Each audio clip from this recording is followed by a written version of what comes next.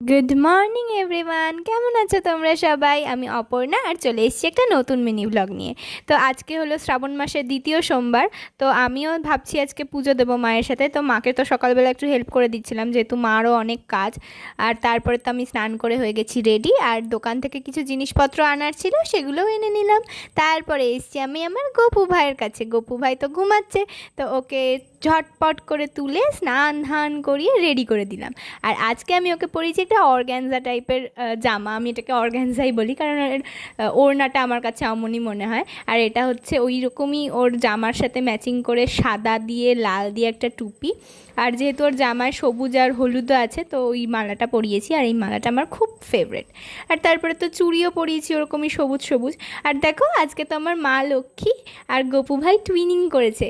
ওদের জামা দুটো সেম সেম হওয়ার কারণ হচ্ছে ওদের জামা দুটো একই সাথে কেনা হয়েছিল। আর আমি জানি না কেন, একসাথে যখনই জামা কিনি ওদের জামাগুলো না সেম সেমই হয়ে যায়, আমার একই রকম পছন্দ হয়ে যায়। তারপরে তো মা এসে প্রথমেই পুজো দিয়ে নিল। তো এখানে মা প্রথমে তিল দিয়েছে ঠাকুরকে, তারপরে তো সব রকম যা যা দিতে হয় দিল। তো তারপরে তো আমি পুজো দিয়ে দিলাম, আর মা ফলগুলো দিয়েছিল, আমি আর ফল দিইনি আজকে। তো প্রথমে তো ঠাকুরকে দই দিয়ে মাখিয়ে তারপরে দুধ দিলাম, তারপরে গঙ্গার জল দিলাম, ঘি মধু সবই দিয়েছি। তারপরে তো ভালো করে স্নান ধান করিয়ে আমিও একটু তিল দিয়ে দিলাম। আর তারপরে এই দেখো ফুলও দিয়ে দিয়েছি। মা ওদিকে ফল কাটছে, তাই আমি আগে দিয়ে দিলাম এখানে ঠাকুরকে ফুল। তো তারপরে দিলাম বেলপাতা। আর এই দেখো, জেঠির একটা বান্ধবীর বাড়ি থেকে এই ছোট্ট কাঁঠালটা এনেছে। আর এই কাঁঠালটায় 11টা কোয়া হয়েছিল। তো আমাদের ঠাকুরের তো বেশ ভালো মতোই হয়ে গেছে। আর আমাদের বাড়িতে যেহেতু সুগার, তাই কেউ খায়ও না তেমন বেশি কাঁঠাল। আর এই দেখো কি সুন্দর করে আমি সব ঠাকুরকে ফুল দিয়ে সাজিয়ে দিয়েছি। আর এই যে মা এখানে সবাইকে সেবাও দিয়ে দিয়েছে। আর তারপরে তো আজকে জেঠি সকালে সাবু মেখেছিল, বললো আয় তোরাও খেয়ে নিবি, সকাল থেকে তো কিছুই খাওয়া হয়নি। তো প্রথমে সাবু খেলাম। আর এই যে দেখো, এই হলো মুগলি, আমার খুব পছন্দের একজন।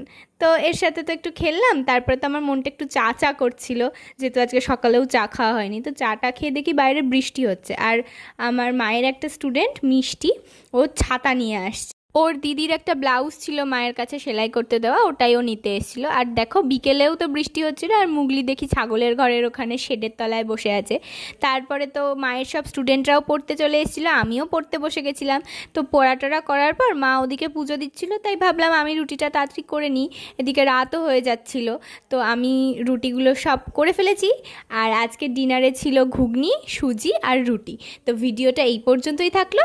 যদি ভালো লাগে তাহলে লাইক করবে, আর চ্যানেলটাকে সাবস্ক্রাইব করতে ভুলো না। Good night.